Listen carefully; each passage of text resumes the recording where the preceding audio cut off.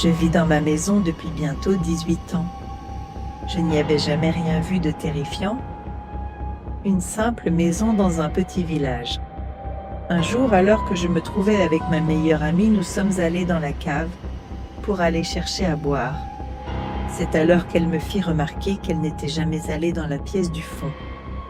Nous nous décidâmes alors, collées l'une contre l'autre. Nous avions des lampes de poche et en entrant, nous regardâmes de tous les côtés. Cette pièce ne comportait que de la terre. C'est alors que soudain, elle me fit remarquer un renfoncement dans la terre. Nous nous approchâmes et elle tapa dessus avec son pied. C'est alors que celui-ci traversa une planche. Mortes de peur, nous fîmes demi-tour et allâmes prévenir mes parents.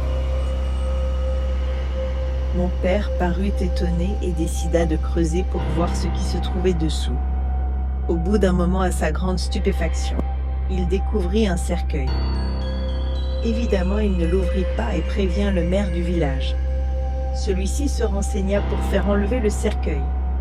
Quelques jours plus tard, nous apprîmes que la personne qui était dedans était une jeune femme de 20 ans qui avait disparu dans les années 20, à 30 km de chez moi. Après avoir fait quelques recherches, nous apprîmes ainsi que cette femme avait disparu très peu de temps avant son mariage.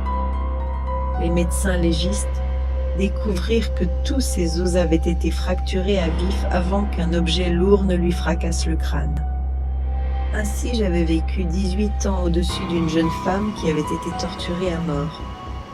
Si je peux vous donner un conseil, avant d'acheter une maison, vérifiez si aucun cadavre ne gît sous vos pieds.